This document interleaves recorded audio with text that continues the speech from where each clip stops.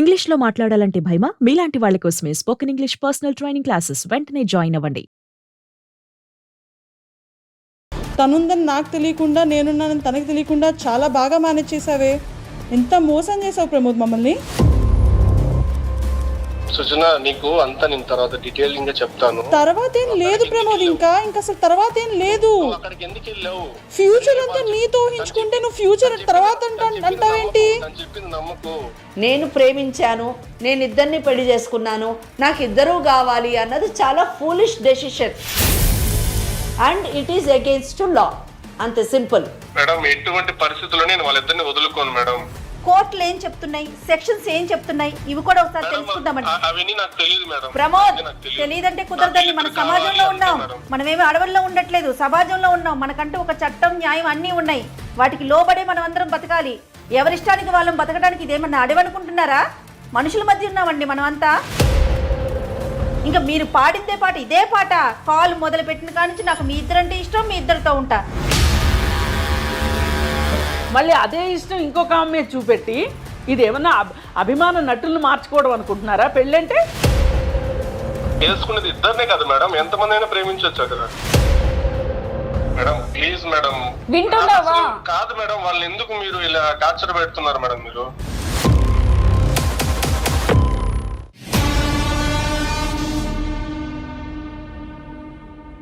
కాళ్లలో నొప్పి, నరాల వాపు వంటి లక్షణాలతో బాధపడుతున్నారా? వెరికోస్ వెయిన్స్ లో అత్యాధునిక చికిత్స ఏవిస్ వాస్కులర్ సెంటర్. కాదమ్మా, వీళ్ళిద్దరూనేమో మాకు అతను కావాలని అంటున్నాడు. మరి అసలు అతనేమంటున్నాడు విందాం. మరి ఒకసారి కాల్ చేయండి ప్రియా, ఏమంటున్నాడు.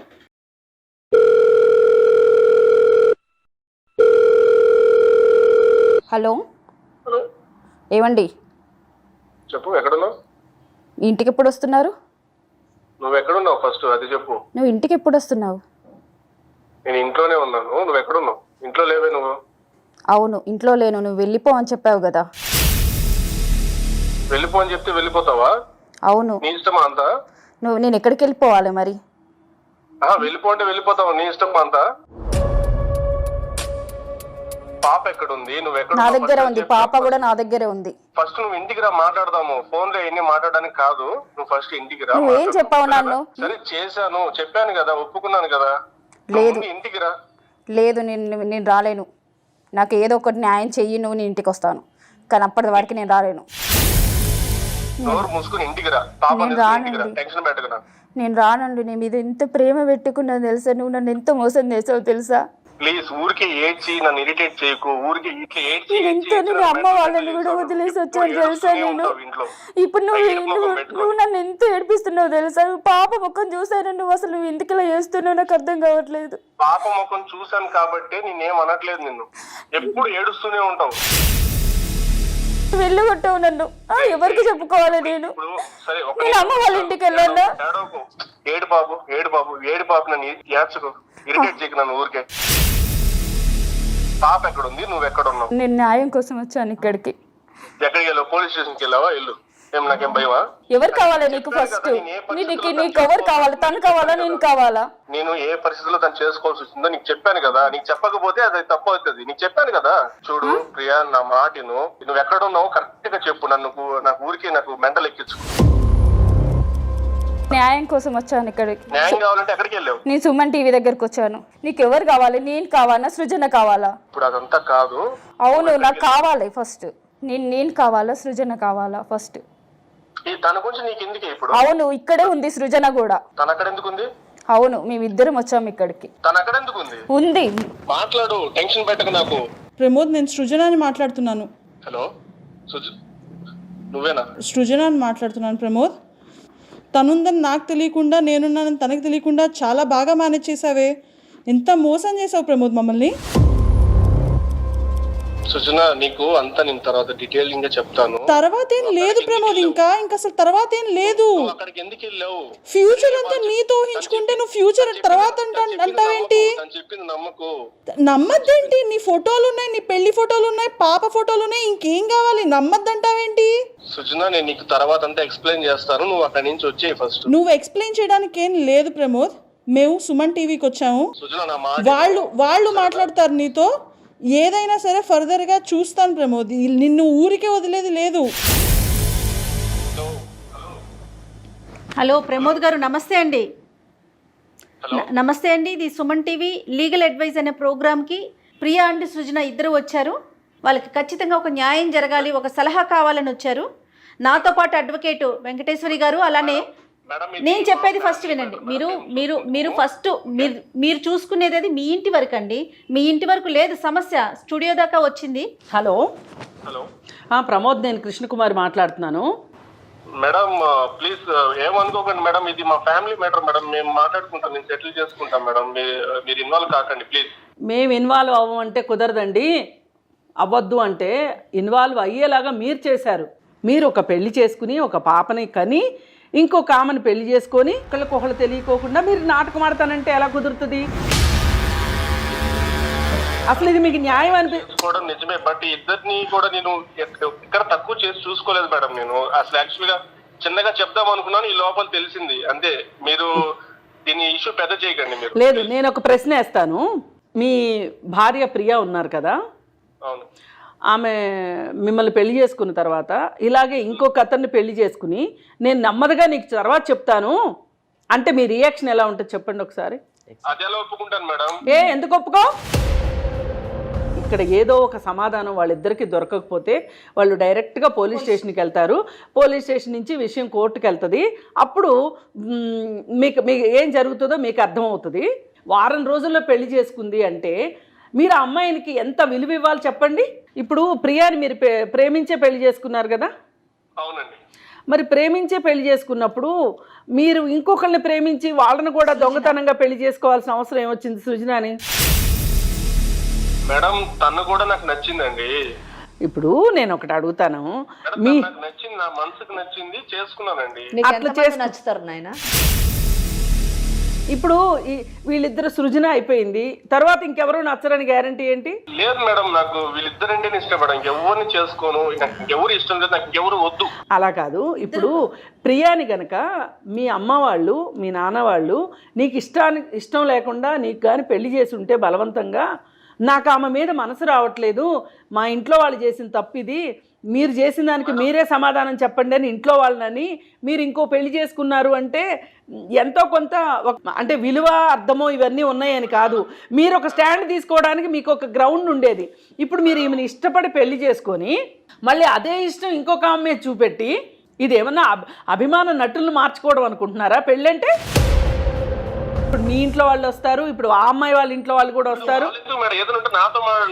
నాతో తెలుసుకోండి మేడం, వాళ్ళు ఎందుకు ఇప్పుడు కాదు ప్రమోద్,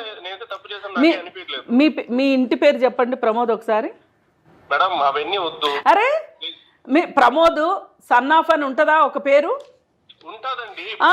అది అందుకే ఇంట్లో వాళ్ళు అవసరం అవుతారు. ఇప్పుడు కూడా పెళ్లి కొడుకులు ఆకాశంలోంచి ఊడిపడరు, గుర్తుపెట్టుకోండి. మీరు ఒక తల్లి ఒక కుటుంబం నుంచే వస్తారు.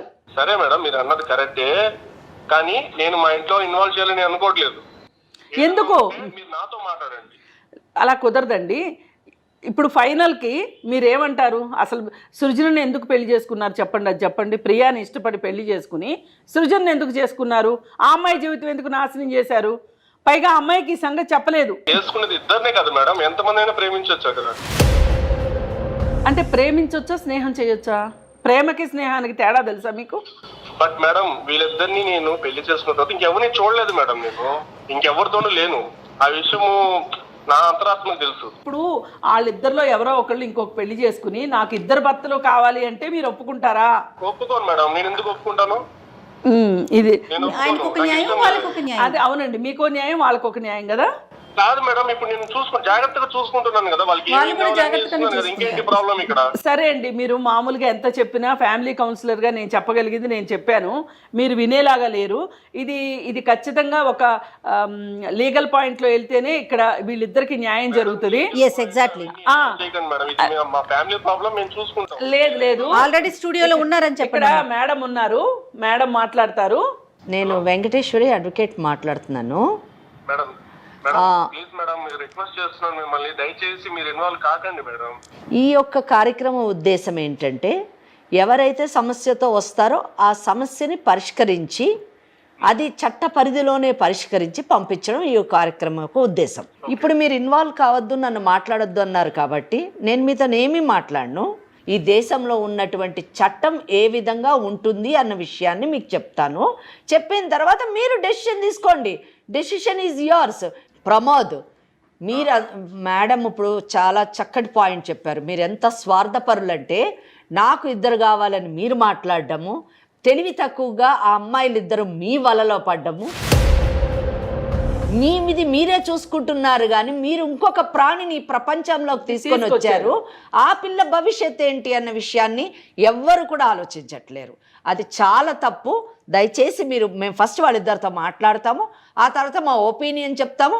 వాళ్ళిద్దరు ఏ నిర్ణయం తీసుకుంటారో ఆ నిర్ణయం మీదే మీ భవిష్యత్తు, వాళ్ళ భవిష్యత్తు, పాప భవిష్యత్తు ఆధారపడి ఉంటుంది. ఫోన్ పెట్టేయొద్దని చెప్పండి. మీరు ఫోన్ పెట్టకండి, దయచేసి వినండి ప్లీజ్. నేను చెప్పేది నేను ఇంటికి వచ్చాక మాట్లాడతాను. ఇంటికి రాను ఫస్ట్. లేదమ్మా, అట్లా ఇంటికి రారు. వాళ్ళు ఒక న్యాయం కోసం ఇక్కడికి వచ్చారు. వాళ్ళకు మేము ఒక దారి చూపించకుండా మేము పంపం, ఒక ఐడియా ఇస్తాం వాళ్ళకి. దయచేసి వాళ్ళని పొల్యూట్ చేయకండి మేడం ప్లీజ్. పొల్యూట్ చేయడం కాదండి, మేము వాళ్ళకి వాళ్ళు బాధతో వస్తే వాళ్ళ కన్నీళ్లు తుడిచి వాళ్ళకు ఒక దారి చెప్తున్నాం. జీవితంలో అమ్మ జరిగిందేదో జరిగింది, ఇప్పటికి మోసపోయింది చాలు, మీరు జీవితంలో మళ్ళీ ఇంకొకసారి మోసపోవద్దని చెప్తున్నాను. మీరు మోసం చేయాలని మీరు చూసినా కానీ వాళ్ళు మీ మాటలు ఇంక ఇప్పుడు వినరండి. అసలు వాళ్ళు ఏమంటారో విందాం. ఏమా అతనేంటో ఇద్దరు కావాలి అంటున్నాడు. ఇద్దరు నీకు ఓకేనా? మీ ఇద్దరు ఉంటారా అతనికి భార్యలుగా? నేను ఉండలేను మేడం, నాకు తను ఒక్కడే కావాలి, తను వద్దు. సృజనని పంచుకుంటే నువ్వు నేను ఒప్పుకోను. ఓకే, నీ పాపకు మట్టుకు తండ్రి కావాలి మేడం, తను కావాలి నాకు. మా పాపకు తండ్రి నేను ఎవరిని చూపించాలి మేడం రేపు? తనకి డివోర్స్ ఇచ్చేసి నేను లీగల్ వైఫ్ అని రికగ్నైజ్ చేసి అలా ఎలా డివోర్స్ ఇస్తారు అనుకుంటున్నారు? పాపకు నేను ఏమని చెప్పాలనుకుంటున్నారు? డివోర్స్ అని అంటే ఊరికే అంటున్నారా? ఒక్కళ్ళే వైఫ్ ఉండాలండి, లీగల్ డివోర్స్ తీసుకోండి. మరి నాకు తెలియకుండా చేసిన మోసం అండి. నేను కొంచెం ఆమెకేమో పాప ఉంది, నీకేమో పాప లేదు. నువ్వు భార్యగా మీ ఇద్దరు అనుకుంటున్నారు తప్పితే చట్టం ఒప్పుకోదు. కాబట్టి అసలు నువ్వేమనుకుంటున్నావు చెప్పు? ఆ పాప జీవితం ఆలోచించి చెప్పు ఒక మాట. సాటి ఆడదానిక నేను ఒప్పుకుంటానండి ఆవిడ బాధ, కానీ నాకు ఏమనిపిస్తుంది అంటే మీరు కూడా ఆవిడ పక్షంగానే మాట్లాడుతున్నారు అనిపిస్తుంది. నాకు జరిగిన అన్యాయాన్ని మీరు గమనించట్లేదు. నాకు తెలియకుండా నన్ను పెళ్లి చేసుకున్నాడు, తను వద్దనుకునే కదా నన్ను ఇంకొకరిని చూసుకున్నాడు. మేమిద్దరం ప్రేమించుకుని పెళ్లి చేసుకున్నాం. నువ్వు ఇంటికి వచ్చేసాయి, నిన్ను పాపని చూసుకుంటానంటున్నాడు, ఇద్దరిని చూసుకుంటానంటున్నాడు. మరి నీకు ఓకేనా? ఇద్దరు లేదు తను వద్దనుకున్నాడు కాబట్టే నా దగ్గరకు వచ్చాడు, కాబట్టి తనకి డివోర్స్ ఇచ్చి నన్ను పెళ్లి చేసుకోమని నాకు మరి సరే అమ్మా, మీ ఇద్దరికి పిల్లలు లేరు అనుకో, డివోర్స్ తీసుకున్నారంటే అది వేరే విషయం. ఇప్పుడు ఆ పాప ఉంది, ఆ పాప సంగతి ఏంటి? నాకు డివోర్స్ ఇవ్వమని ఎలా అంటున్నావు నువ్వు? నన్ను ఇష్టపడి పెళ్లి చేసుకున్నాడు, నన్ను ప్రేమించి చేసుకున్నాడు, నువ్వు డివోర్స్ ఎలా అడుగుతున్నావు? నన్ను కూడా ప్రేమించే పెళ్లి చేసుకున్నాడు. అవును, ప్రేమించి పెళ్లి చేసుకున్నాడు. నన్ను మోసం చేశాడు ఫస్ట్. ఇప్పుడు నిన్ను చేసుకుని నన్ను కూడా మోసం చేశాడు. ఇప్పుడు తెలిసింది కాబట్టి నేను ఫర్దర్ గా అట్లా చేయనివ్వను. నన్ను రీసెంట్ గా నన్ను పెళ్లి చేసుకున్నాడు, నాకు తెలియకుండా పెళ్లి చేసుకున్నాడు, నన్ను మోసం చేశాడు కరెక్టే, కానీ మారుతాడు, నేను మార్చుకుంటాను. అంటే నా పరిస్థితి ఏంటన్నట్టు ఇప్పుడు నా పాప పరిస్థితి ఏంటి? తర్వాత మేడం చెప్తారు, అడ్వకేట్ లేదు నేను ఒప్పుకోను. అసలు నీకే డివోర్స్ ఇవ్వమని చెప్పేస్తాను నేను. అసలు నాది రికగ్నైజ్ అవ్వట్లేదు, అదే నా బాధ. ఏమండి వింటున్నారా మీరు? ఏమంటున్నారో మేడం ప్లీజ్ మేడం. వింటున్నావా? కాదు మేడం, వాళ్ళని ఎందుకు మీరు ఇలా టార్చర్ పెడుతున్నారు మేడం? మీరు అసలు టార్చర్ పెట్టినాడు, నువ్వు బాగానే ఉన్నావు బ్యాక్గ్రౌండ్ లో. మేము టార్చర్ పెడుతున్నారు అంటున్నావు. ఇప్పుడు ఆ అమ్మాయి మా దగ్గరకు వచ్చింది కాబట్టి కనీసం మేము ఈ మాదిరిగా మాట్లాడుతున్నాం. సరే ఇప్పుడు మేము వద్దులే కానీ మాకు కూడా చాలా విసుగ్గా ఉంది. మీ ఊరేంటో చెప్పమ్మా. మీ ఊరు వచ్చి పంచాయతీ పెట్టుకుంటారు వాళ్ళు. మీ అమ్మా నాన్న కూడా కూర్చోబెట్టి ఇలాంటి బాధ్యత లేని కొడుకును కన్నారా అని మీ అమ్మా నాన్న కూడా అడుగుతారు. మేడం నేను మోసం చేశాను అంటున్నారు కదా మేడం, నా మీద నిందలేస్తున్నారు. ప్రేమించాను మేడం, నేను ప్రేమించుకుంటే ఎలా పెళ్లి చేసుకున్నాను? అంటే ఇద్దరిని ప్రేమిస్తావా? వాళ్ళిద్దరిని కాదు మేడం పెళ్లి చేసుకుంది, ముగ్గురిని నలుగురిని చేసుకున్నాను నేను. ఏమన్నా ఒకళ్ళ తర్వాత ఇద్దరిని చేసుకున్నా అంతే, ముగ్గురిని చేసుకున్నా అంతే. నేను ఇద్దరిని ప్రేమించాను, ఇద్దరిని పెళ్లి చేసుకున్నాను. ఇద్దరిని మోసం అయితే చేయలేదు. నేను మోసం చేయడం అంటే ఏంటి? ఇద్దరిని వదిలేయడం. నేను ఇద్దరిని వదలలేదు కదా, వాళ్ళని సంతోషంగా చూసుకుంటున్నాను కదా. ఇప్పుడు ఎవరిని ప్రేమిస్తున్నావు నువ్వు? మేడం నేను ఇద్దరిని ప్రేమిస్తున్నాను మేడం. వీళ్ళిద్దరు కాకుండా కొత్తగా ఇంకెవరిని ప్రేమిస్తున్నావు? ఇంకెవరిని లేదు మేడం. ఎంతమందినైనా ప్రేమించవచ్చు అన్నావు కదా. నాకు ఇంకెవరు వద్దు. ప్రమోద్, ఒక్క విషయం నువ్వు అంటున్నావు కదా, ఇద్దరిని పెళ్లి చేసుకున్నాను, ఇద్దరిని చూసుకుంటాను, నాకు ఇద్దరు కావాలి అన్నది నీ అభిప్రాయము. అసలు ప్రియాకి సృజనాకి మాత్రము వాళ్ళు ఇంతసేపు మాట్లాడిన దాని ప్రకారము ఒక్కరో మాత్రమే నీతో ఉంటాము అని వాళ్ళ యొక్క ఇదిని వ్యక్తపరుస్తున్నారు. నువ్వేమో ఇద్దరు కావాలంటున్నావు, ఎలా చెప్పండి? How it is possible? మీరు న్యాయం చేస్తున్నారు కాబట్టి మీరే న్యాయం చేయండి. మేము న్యాయం చేయడానికి దేశానికి ఓ చట్టం ఉంది. ఆ చట్ట పరిధిలోనే మాత్రమే నువ్వు కానీ నేను కానీ ఎవరైనా కానీ ఉండాలి. కనుక ఇక్కడ ఎవరో ఒక్కడే ఉండాల్సినటువంటి పరిస్థితి. ఆ ఒక్కరు ఎవరు అన్నది చట్టం చాలా క్లియర్గా చెప్పింది. ఆ విషయం నేను మాట్లాడతాను. ముందు నువ్వు ఈ కాన్సెప్ట్లోంచి బయటకు వచ్చేసాయి. నేను ప్రేమించాను, నేను ఇద్దరిని పెళ్లి చేసుకున్నాను, నాకు ఇద్దరూ కావాలి అన్నది చాలా foolish decision and it is against to law. అంతే సింపుల్. మేడం ఎటువంటి పరిస్థితుల్లో నేను వాళ్ళిద్దరిని వదులుకోను మేడం. వదులుకోవాలి. వదులుకోకపోతే వాళ్ళిద్దరు ఏం నిర్ణయం తీసుకుంటారో చూడండి. మాట్లాడండి అమ్మా, మీరు చెప్పండి. ఇప్పుడు ఇద్దరు కావాలంటున్నాడమ్మా. ఇద్దరు భార్యలుగా ఉండటానికి మీకు సిద్ధమేనా? మీరు మాట్లాడుకోండి. లేదండి, నేను కూడా ఒప్పుకోనండి. ప్రమోద్ డివోర్స్ ఇవ్వు. ప్రమోద్ ఏమంటుందో వింటున్నావా? డివోర్స్ తీసుకుంటావా? చేస్తాను, నువ్వు అక్కడి నుంచి వచ్చేయి, నాకు నువ్వు కావాలి. ప్రియా కావాలా, సృజన కావాలా? ఇద్దరు కావాలి మేడం. తనుంటే నేను ఉండను ప్రమోద్, క్లియర్గా చెప్తున్నాను. నేను నాకొద్దు. ప్లీజ్, యాక్చువల్ గా నేను నీకు కూల్ గా చెప్దాం అనుకున్నాను ఈ విషయాన్ని. చిన్నగా నీకు చెప్తావండి, అసలు నాకు అర్థం కాదు. ఏంటి ఇంకో 10 ఏళ్ళు పోయిన తర్వాత కూల్ గా చెప్దాం అనుకుంటున్నాను. చచ్చిన పడి ఉంటావని ఆయన అభిప్రాయం. ఎమోషనల్ అవ్వకు ప్లీజ్. నువ్వు ఇద్దరికైనా ఒకటే చెప్తున్నాడు అమ్మ, కూల్ గా చెప్తా, కూల్ గా చెప్తా, ఇద్దరిని తీసుకోమంటున్నాడు ఆన్సర్. ఇంక కూల్ గా ఏం లేదు, ఈ రోజుతో తేలిపోవాలి ప్రమోద్. నువ్వు ఇష్యూ పెద్ద చేయకు. ఇప్పుడు మాట్లాడతావో తర్వాత మాట్లాడతావో, మాట్లాడాల్సిందంతా ఇప్పుడే మాట్లాడు.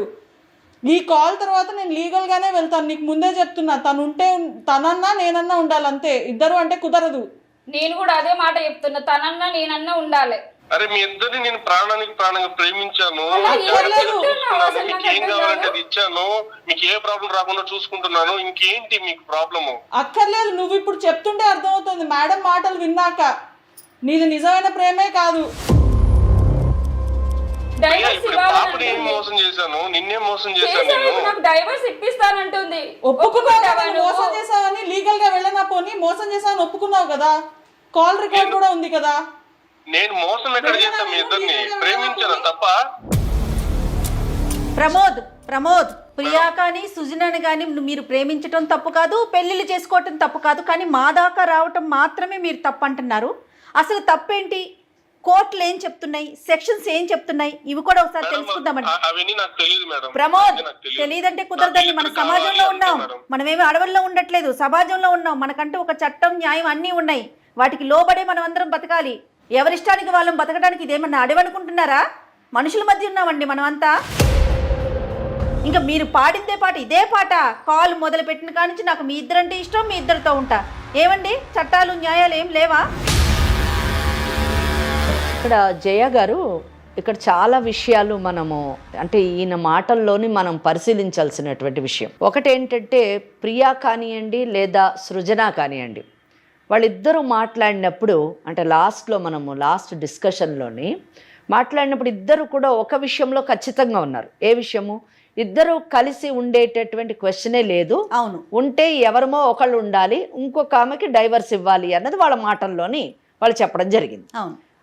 అదే మనం ప్రమోద్ని తీసుకుంటే, ప్రమోద్ ఇద్దరు కావాలి, నాకు ఇద్దరిని ప్రేమించారు, చాలా బాగా చూసుకుంటున్నాను, ఈ 3 ఇష్యూసే మాట్లాడుతున్నాను. అయితే ప్రమోద్, నువ్వు ఒక్క విషయము, ఇందాక మేడం గారు చెప్పినట్టు మేము మీ ఇంటికి రాలేదు, మీ సమస్య ఏంటి అని మేము అడగలేదు. వాళ్ళిద్దరూ అంటే ప్రియా సృజన ఇద్దరు స్టూడియోకి వచ్చి ఈ కార్యక్రమంలోని మా సమస్యకు మీరు పరిష్కారం చూపించండి అని అడిగారు. మేడం గారు ఒక ఫ్యామిలీ కౌన్సిలర్గా, నేను ఒక న్యాయవాదిగా మాకు మీడియేషన్ చేసేటటువంటి అధికారం ఉంది. మీడియేషన్ కేవలము చట్టాన్ని పరిరక్షించడంలో మాత్రమే మేము ఈ పని చేస్తున్నాం, అంతేగాని చట్ట విరుద్ధమైనటువంటి పనులు మేమేమీ చేయట్లేదు. అటువంటి సలహాలు, సూచనలు, అటువంటి అవేర్నెస్ కూడా మేము ఇవ్వం. ఈ విషయాన్ని నువ్వు బాగా గుర్తుంచుకోవాలి. ఇంకా రెండో విషయానికి వచ్చినప్పుడు, ఇక్కడ నేను ఇద్దరిని పెళ్లి చేసుకున్నాను, ఇద్దరిని ప్రేమించాను, ఇద్దరితో కాపురం చేస్తాను అనేటటువంటి కాన్సెప్ట్ మన చట్టంలో లేదు. హిందూ వివాహంలోని బహుభార్యత్వం అన్నది లేదు. కనుక దాని ప్రకారము నువ్వు ఇద్దరిని పెళ్లి చేసుకున్నాను అంటే ఆ పెళ్లి రెండవ పెళ్లి చెల్లుబాటు కాదు. ఆ రెండవ పెళ్లిని వాయిడ్ మ్యారేజ్ అని అంటారు. అది నువ్వు గుర్తు పెట్టుకోవాలి. ఎందుకంటే section 5 of Hindu marriage act ప్రకారము ఒక భార్యకు ఒకటే భర్త, ఒక భర్తకు ఒకటే భార్య. ఒకవేళ రెండవ పెళ్లి జరగాలి అంటే ఆ భార్య కానివ్వండి, భర్త కానివ్వండి మరణించి ఉండాలి, లేదా భార్యకు కానివ్వండి, భర్తకు కానివ్వండి మొదటి వాళ్ళతో విడాకులయ్యి ఉండాలి. ఈ రెండు జరిగితేనే రెండవ పెళ్ళి అనే కాన్సెప్ట్ ఉంది. కానీ భార్య బ్రతికుండగా, భర్త బ్రతికుండగా రెండవ పెళ్ళి, సెకండ్ వైఫ్ అనే పదాన్ని కూడా నేను ఉపయోగించను లాయర్గా. ఎందుకంటే సెకండ్ వైఫ్ అన్నది లేదు లాలోని. కానీ రెండో స్థానంలో కూర్చున్నటువంటి మహిళకు మాత్రము చట్టపరమైనటువంటి స్థానం లేదు. మరి పెళ్ళి సబ్సిస్టెన్స్గా ఉండగా ఇంకొక స్త్రీతోని వివాహం చేసుకుంటే అది చట్టబద్ధంగా నేరము అని అన్నారు. యు ఆర్ రైట్ ప్రమోద్, నువ్వు తప్పు చేయలేదు, నేరం చేసావు. నువ్వు తప్పు చేయలేదు, నేరం చేసావు. కనుక ఈరోజు మారినటువంటి బిఎన్ఎస్ చట్టం ప్రకారము సెక్షన్ 82 ప్రకారము ఒక భార్య బ్రతికుండంగా ఇంకొక పెళ్లి చేసుకుంటే అది నేరముగా పరిగణింపబడుతుంది అని చెప్పారు. ప్రమోద్ వింటున్నారా? వింటున్నాను మేడం. అదే సెక్షన్ 82(1) ప్రకారము ఒకవేళ ఈ అమ్మాయి అంటే ప్రియా తన పెళ్లి సబ్సిస్టెన్స్గా ఉండగా, తన బ్రతికుండగా సెక్షన్ 5 ఆఫ్ హిందూ మ్యారేజ్ యాక్ట్కి వ్యతిరేకంగా ఈయన ఇంకొక పెళ్లి చేసుకుంటే ప్రమోద్, ఈ అమ్మాయి కానీ కంప్లైంట్ ఇస్తే 8 సంవత్సరాలు శిక్ష, ఫైన్ కూడా పడేటటువంటి అవకాశం. 7 years to 8 years మటుకు శిక్ష పడేటటువంటి అవకాశం. ఓకే. అదే సృజన ఇందాక మాటల్లో ఆవేశంలో ఒక మాట అంది, ఏంటి చట్టపరంగా వెళ్ళమంటావా, లాని ఇన్వోక్ చేయనా అని అడిగింది. Yes, she's right, she's having every right. ఆ అమ్మాయి సృజనకు కూడా రైట్ ఉంది. అదే చెప్తున్నా. సెక్షన్ 82(2) కింద వచ్చి ఈ అమ్మాయి తనకి పెళ్ళైన విషయాన్ని సప్రెస్ చేసి దాచి నన్ను మోసపూరితంగా పెళ్లి చేసుకున్నాడని కంప్లైంట్ ఇస్తే 10 years ఇంప్రిజన్మెంట్, 10 years శిక్ష ప్లస్ ఫైన్. ప్రమోద్ వింటున్నావా? అంటే ఏంటంటే ఇక్కడ 7 సంవత్సరాలు, అక్కడ 10 సంవత్సరాలు శిక్ష పడేటటువంటి నేరం చేసావు నువ్వు, తప్పు కాదు. అంతేకాకుండా ఈరోజు ప్రియా నాకు వద్దంటుంది, సృజన నాకు వద్దు అనేది ఏం లేదు. ఎందుకంటే ఆమెకు అసలు first of all legal status రాలేదు. ఆమె ఏదో కోర్టుకెళ్ళి డైవర్స్ తీసుకునేటటువంటి స్థాయి ఆమెకు లేదు. కానీ ప్రియాకుంది. నీవు చేసినటువంటి ఈ నేరాన్ని ఒక గ్రౌండ్గా చూపించి ఆమె డైవర్స్కి వెళ్ళేటటువంటి అవకాశం ఉంది. ఆ సృజన కంప్లైంట్ ఇస్తే 10 ఏళ్ళు లోపలికి వెళ్ళిపోతావు. ఇక్కడ ప్రియా ఈ గ్రౌండ్ చూపించి విడాకులు తీసుకుంటే ప్రియా వెళ్ళిపోతుంది. ప్లస్ ప్రియా కూడా ఒక కంప్లైంట్ వేస్తే 8 years శిక్ష పడుతుంది. So ultimately what is that you are going to achieve లీగల్గా వెళితే? అండ్ అనదర్ పాయింట్, ఇందులోని ప్రతి వాళ్ళు ఇక్కడ కూర్చున్న ఇద్దరు మాట్లాడుతున్న ప్రమోదు వాళ్ళ గురించి మాట్లాడుతున్నారు కానీ ఓకే బిడ్డకి మరి మెయింటెనెన్స్ రావచ్చు. కానీ నువ్వు పోయి జైల్లో కూర్చుంటే మెయింటెనెన్స్ ఇచ్చేవాళ్ళు ఎవరు ఉండరు మరి. సో మెయింటెనెన్స్ ఉండదు. కానీ సుప్రీంకోర్టు అండి ఇందిరా శర్మ అనే కేసులోని ఎంత బాగా చెప్పిందంటే, అంటే అజ్యూమింగ్ ఫర్ ఎ మినిట్ వీళ్ళిద్దరూ కలిసి ఒక అండర్స్టాండింగ్లోని చట్టం దృష్టికి వెళ్లకుండా ఏదో మేనేజ్ చేసి నడిపిస్తే మరి రేపు అటువంటి సందర్భాల్లో బిడ్డలు ఏం కోల్పోతారు అనే విషయానికి వచ్చినప్పుడు సుప్రీంకోర్టు ఎంత బాగా చెప్తుందంటే, ఏలినేషన్ ఆఫ్ ఎఫెక్షన్ అంటే ప్రేమలో కూడా భాగాన్ని కోరుకునేటటువంటి భాగాన్ని వేరే వాళ్ళకి పంచిపెడితే ఆ భాగాన్ని ఈ చైల్డ్ కోల్పోతుంది. ఏలినేషన్ ఆఫ్ ఎఫెక్షన్ని పంచుకోవడం అన్నది చాలా దురదృష్టకరమైనటువంటి విషయం. అటువంటి పరిస్థితిలో ఉన్నటువంటి బిడ్డలు ఏమవుతారు? ఒక సైకిక్ పేషెంట్లన్నా అవుతారు, లేదా క్రిమినల్స్ అన్నా అవుతారు. దయచేసి ఈ ఎపిసోడ్ చూసినప్పుడు నేను కోరుకునేది ప్రేక్షకులకు ఒకటే, యువత మోసపోకండి, చట్ట విరుద్ధమైనటువంటి పనులు చేయకండి, మీ జీవితాలను నాశనం చేసుకోవద్దు, భావి తరాల యొక్క జీవితాన్ని కూడా పాడు చేయకండి. ప్రమోద్, నేను చెప్పిన ప్రతి మాట ఎవరిని పొల్యూట్ చేయడానికి కాదు, సమాజాన్ని సక్రమమైనటువంటి దిశలోని నడిపించడానికి, మన వివాహ వ్యవస్థని ప్రొటెక్ట్ చేయడానికి ఇప్పుడైనా నీ భార్య గురించి, నీ బిడ్డ గురించి ఆలోచించు, ఒక సరైనటువంటి నిర్ణయం తీసుకో. లేకపోతే మాత్రం నువ్వు చాలా సమస్యల్లోని, చట్టపరమైనటువంటి సమస్యల్లోని ఇరుక్కోవాల్సి వస్తుంది. అలాగే నేను సృజనకి చెప్పదలుచుకున్నాను, నేను ప్రియాకి ఏమి చెప్పదలుచుకోలేదు. I'm very very happy and very comfortable and I appreciate Priya. ఎందుకంటే భార్య స్థానం ఎప్పటికైనా పదిలం. ఆ స్థానాన్ని కాపాడవలసినటువంటి బాధ్యత ఫ్యామిలీ కౌన్సిలర్స్ లాంటి వాళ్ళకి కానివ్వండి, ఇటువంటి ఛానల్స్ వారికి కానివ్వండి, లేదా మాలాంటి లాయర్స్ పైన మా పైన ఉన్నది. ఎందుకంటే భార్య స్థానానికి బీటలు వాటినప్పుడు వివాహ వ్యవస్థ కూలిపోతుంది. కనుక అటువంటి పరిస్థితిలోని అటువంటి అవేర్నెస్ కానీ అటువంటి సలహాలు కానీ మేము ఇవ్వము. కనుక సృజన, నువ్వు కూడా యంగ్స్టర్వి, సాటి మహిళనని ఇందాకన్నావు. ఆ విషయాన్ని గుర్తుపెట్టుకొని గౌరవంగా నువ్వు తప్పుకో, నీ భవిష్యత్తుని అందంగా తీర్చిదిద్దు. ఇటువంటి వాళ్ళకి వీలైతే బుద్ధి చెప్పడానికి ప్రయత్నించు. ఇదే నేను చెప్పదలుచుకో. ఏంటమ్మా సృజన, ఏం ఆలోచిస్తున్నావు? నాకు జరిగింది అన్యాయమే కదండి, మరి నా పరిస్థితి ఏంటి? ఒకటి, ఇప్పుడు ప్రియాకి పాప ఉంది. పాప భవిష్యత్ దృష్ట్యా అతని తప్పుని క్షమించాల్సిన పరిస్థితిలో ప్రియ ఉంది. కానీ నీకు ఒకరిని క్షమించటం కావచ్చు, లేకపోతే మళ్ళీ వాళ్ళ మీద ఆధారపడాల్సిన అవసరం కానీ నీ జీవితానికి లేదమ్మా. ఒకటి గుర్తుపెట్టుకో, చక్కగా చదువుకున్నావు, ఇంకా చదువుకో, నీకు మంచి భవిష్యత్తు ఉంటుంది. ఎందుకంటే ఇలాంటి లీగల్గా సరైన స్టాండ్ లేని పొజిషన్లో నువ్వు ఎందుకు ఉండాలి? నీకేం తక్కువ? నువ్వు తెలిసి దిగలేదు, తెలిస్తే దిగేదానివి కాదు. అతనికి ఇంకొక పెళ్ళి అయింది, ఒక పాప ఉంది అని తెలిస్తే మటుకు నువ్వు పెళ్లి చేసుకునేదానివి కాదు, నాకు అర్థమవుతుంది. అందుకోసం ఏంటంటే, ఎందుకు ఆ పెళ్ళైన వాడు అప్పుడంటే తెలియలేదు, ఇప్పుడు తెలిసింది. అతని వెనక షాడోగా ఉండాల్సిన కర్మ నీకేంటి? నువ్వు నీ జీవితం నువ్వు గడుపు. ఒక్కటే, నువ్వు తొందరపడ్డావు, అంతకంటే చేసింది ఏమీ లేదు. నువ్వు ఇప్పుడు మట్టుకు అతన్ని శిక్షించవా అనేది నీ ఆప్షను. కానీ నేను కోరుకునేది ఏంటి అంటే, నువ్వు జీవితంలో స్థిరపడాలి. ఒక వ్యక్తిత్వం ఉన్న అమ్మాయిలాగా ఆత్మస్థైర్యంతో నీ కాళ్ళ మీద నువ్వు ఆర్థికంగా నిలబడి నీకు నచ్చిన అతన్ని నువ్వు పెళ్లి చేసుకోవాలని కోరుకు. ఇదిగో ప్రమోద్, ఇప్పుడు దాకా వాళ్ళని పొల్యూట్ చేయకండి, వాళ్ళని అది చేయొద్దు ఇది చేయొద్దు అని ఏవేవో మాట్లాడావు కదా. ఇప్పుడు వాళ్ళకి చట్టము, న్యాయము అన్నీ అర్థమయ్యేటట్లు మేడం చెప్పారు. మేడం, నాకు ఏం మాట్లాడాలో అర్థం కావట్లేదు మేడం. ఏం మాట్లాడాలో అర్థం కావడం ఏంటి? నీకు అర్థమైనా అర్థం కాకపోయినా నీ ముందున్నది ఒకటే, 10 సంవత్సరాలు జైలుకి వెళ్తావా, లేకపోతే బుద్ధిగా నీ భార్య పిల్లలతో కాపురం చేస్తావా, ఇంతే ఆప్షన్.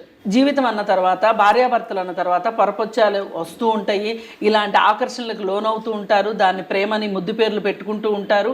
కానీ అప్పుడప్పుడు మీరు క్షమించాల్సి ఉంటుంది అని చెప్పి భార్యకైనా భర్తకైనా మేము సర్ది చెప్తాము.